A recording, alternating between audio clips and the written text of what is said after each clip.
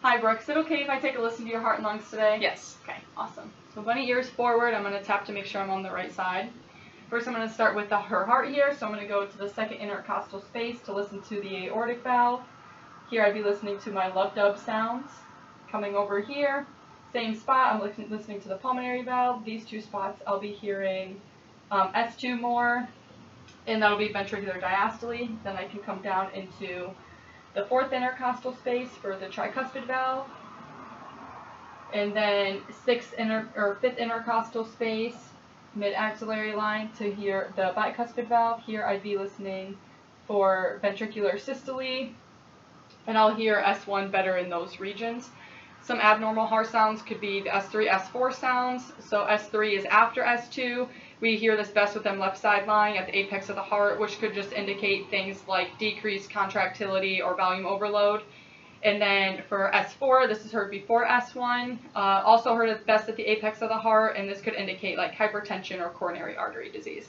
So going into listening to the lungs, I'll first start with the apex of the lungs, starting right above the clavicle here. So here I would instruct her to take deep breaths in through the nose, out through the mouth. Good. Coming, same thing on this side. Good. And then for superior lobes, I'm just coming down to the second intercostal space. Good. Same thing for the right side. And then for the middle lobe on the right, I could come down to the fourth intercostal space. Good. And then down to the sixth intercostal space, mid-axillary line for the inferior lobes on both sides here. Good. Same thing on this side. Good. And then I'm going to have her stand up for the video.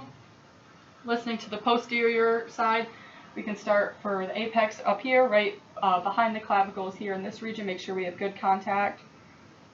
Deep breath in and out for each spot here as well. Good. And then for the superior lobes, we're going to go in between C7 and T3, making sure I'm not on a vertebral body or the scapula here. Good.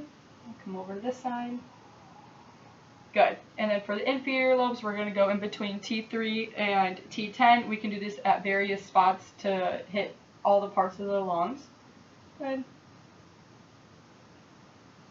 Here I'm hearing normal vesicular sounds throughout, anteriorly and posteriorly. These are soft, low sounds.